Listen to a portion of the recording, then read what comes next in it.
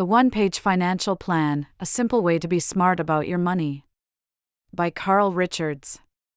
Today, we will talk about a finance book that most people can understand at first glance. When you hear the title, you probably already know what this book is about. Everyone desires wealth.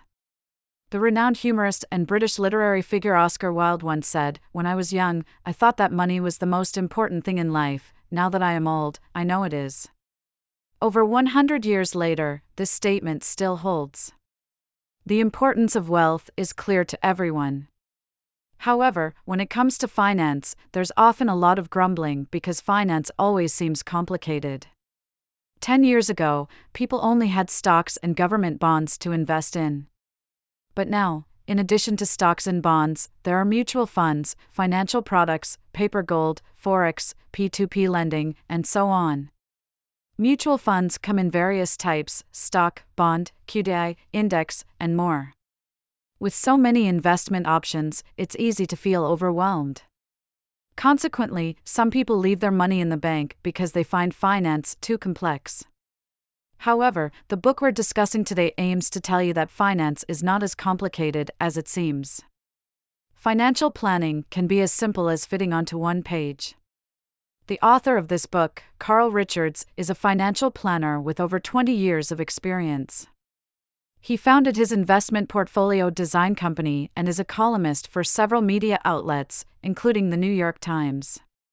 You might have heard of his other work, The Most Important Thing About Money, which is also considered a classic in finance.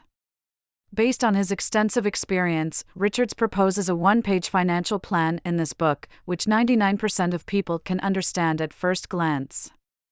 Throughout his career, Richards encountered many clients who gave up on finance because it seemed too complex, with various choices to make. Therefore, he decided to write a book simplifying finance. He believes that financial planning can be condensed onto one page, which might seem quite revolutionary compared to the traditional perception of finance. According to Richards, finance's starting point is not investing but understanding what you truly want and value. It's about clarifying your values. With clear values, planning and execution become much more accessible. So how do you do it? You create a one-page financial plan. This one page is straightforward, including just 3 aspects. 1. Why money is important to you. 2. Estimates of your financial goals. 3. How to invest. Let's delve into each of these aspects further. Firstly, why is money important to you? It might seem like a strange question, but it's crucial. Understanding why money is important to you helps you identify your core values. One of Richard's clients, a successful female emergency room physician and partner in an emergency response team, initially gave a vague answer to this question, saying she wanted freedom. But Richards persisted, asking what freedom meant to her specifically. Through this dialogue, she realized that freedom meant flexibility, which was important for her desire to have children. This revelation surprised the client herself, highlighting the importance of introspection in financial planning. Secondly, they estimate your financial goals. Richards advises against overly detailed planning as life is unpredictable. Instead, he suggests having a rough estimate of your goals. As many finance books recommend, setting short-term, medium-term, and long-term goals might take time and effort. Life doesn't always go according to plan, and uncertainty is a constant. Setting broad goals, like buying a BMW in 5 years, traveling around the world before turning 45, or retiring before 60, is more realistic. These goals can always be adjusted as your life circumstances change. Lastly, you are understanding your debt. This step involves creating your balance sheet and detailing your assets and liabilities. Many people are unaware of their financial situation, but making a balance sheet is simple and crucial for understanding financial health. Overall, this one-page financial plan is not a detailed instruction manual, but a snapshot of your financial situation. Like a photograph, it helps you gauge whether you're on track or veering off course. You might think, I've clarified my values, identified my goals, understood my reality, and created a financial plan. Isn't it time to learn how to invest? Still waiting. Before diving into investments, one more crucial step is understanding where your money comes from. This involves examining your expenses and savings. Let's start by looking at expenses. By budgeting and cutting unnecessary costs, you can accumulate your wealth. There are just too many places to spend money in life. You can't skimp on essentials like mortgage payments or resist purchasing the latest iPhone or limited edition items from luxury brands like LV. The allure of new products can cloud your judgment, but how do you stay clear-headed? Well, the answer is somewhat cliché: budgeting. But how do you make budgeting effective? It would help if you tracked your expenses. By tracking your expenses, you'll realize that your actual spending situation completely differs from what you thought. You'll find out you're spending too much on things you don't care about. By comparing your tracked expenses to your budget, you can decide which expenses to cut. By reducing unnecessary costs, you can save a little more money. Of course, I'm not asking you to criticize yourself. We do this to raise awareness.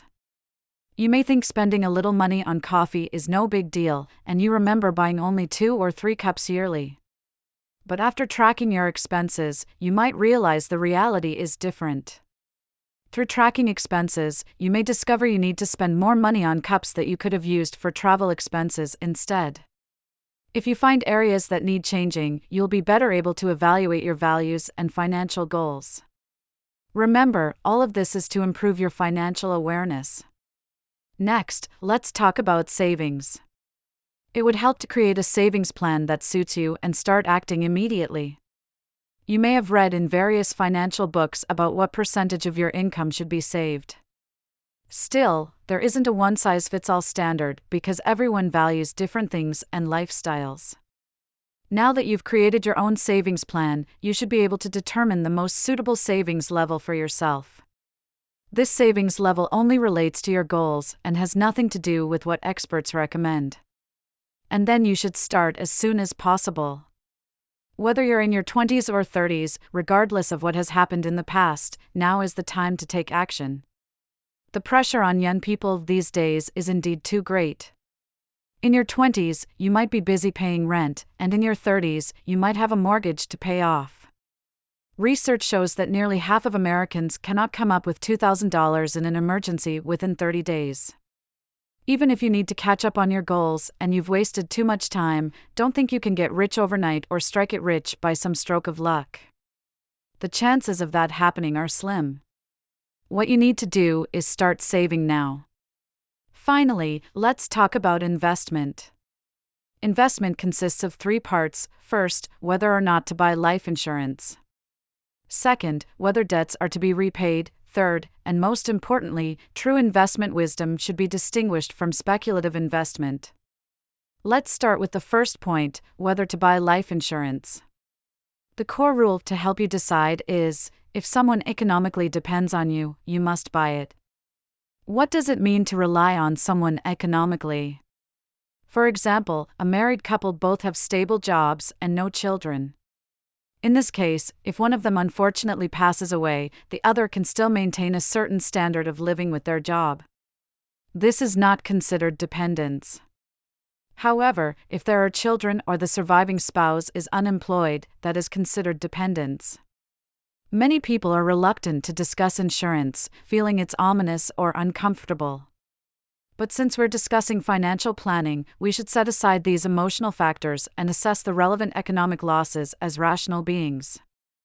When determining the monetary loss, we must consider not only the income of the deceased but also the impact on the surviving spouse. For example, if the deceased's annual salary is $100,000 and the surviving spouse, due to balancing work and childcare, sees a $20,000 decrease in income compared to before, then the total loss is $120,000. Next, how do we correlate this loss amount to the insurance coverage? But you can apply the 4% rule. Divide the calculated loss of $120,000 by 4%. The insurance coverage should be $3 million. After discussing the first point, life insurance, let's look at the second point, whether any debts can be repaid. If there are, then the only thing you should do is pay off the debt first. Paying off debt is also a form of investment. There's a saying, those who understand interest earn it, those who don't pay it. What does that mean? Let's look at an example. Earlier, we mentioned that you took out a 20-year mortgage to buy a house in New York. Let's assume the mortgage interest rate is 5%. Now, draw a circle on paper and write 5% inside it. Next to the circle, draw a square. Think about the return rate you expect from investments: 8%. Write 8% inside the square and draw a question mark next to it. Now, what you have in front of you is an investment that can earn 5% with certainty and another that can earn 8%, but whether it actually will be uncertain. Now you should understand. Because investments are uncertain, paying off debt is an investment strategy. Let's look at the final point, distinguishing true investment wisdom from speculative investment. Everyone has a different understanding of finance, and their financial plans differ. But there's one thing that most people can agree on quickly: they're all disappointed with the stock market. Yet, when it comes to finance, many people still think about which stocks to buy or which industries have been performing well recently.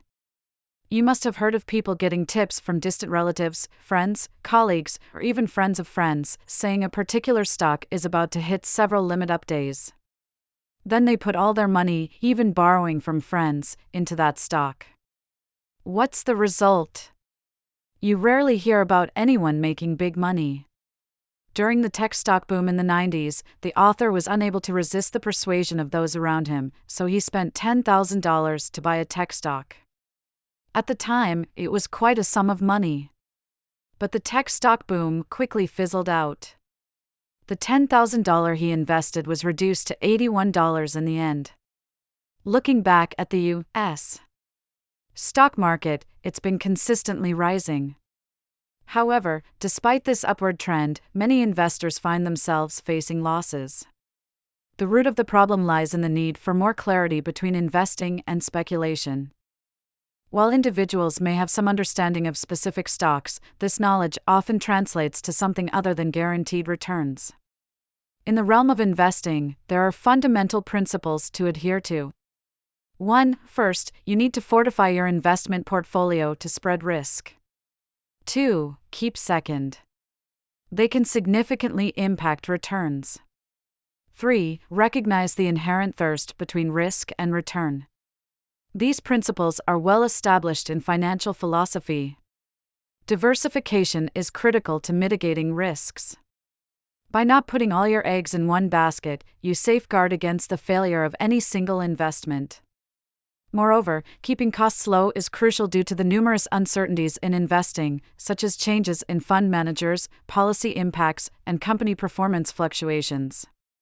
Understanding the relationship between risk and return is paramount. High returns often come with high risks. If you want to make significant gains, you must be prepared to accept substantial losses. These principles form the bedrock of successful investing strategies. While the principles are clear, the specifics of investing can vary significantly from person to person. Financial plans should be tailored to individual circumstances and objectives. However, one widely accepted guideline is the 60-40 allocation between stocks and bonds, a strategy endorsed by institutional investors for its historical success. Rebalancing your portfolio annually ensures that your investment remains aligned with your goals. If stocks outperform, selling some to buy bonds restores the balance, and vice versa if stocks underperform. This disciplined approach to asset allocation is crucial for long-term success. In investing, less can often yield more. As Warren Buffett famously said, successful investing is akin to being close to lazy. You can achieve better outcomes by adopting a hands-off approach and allowing your investments to grow steadily over time. Despite these principles, many individuals still need clarification about financial management. It's essential to remember that economic challenges are common, and there's always room for improvement. Keeping a calm perspective and focusing on shared goals like happiness, security, and stability can provide reassurance amid financial uncertainties.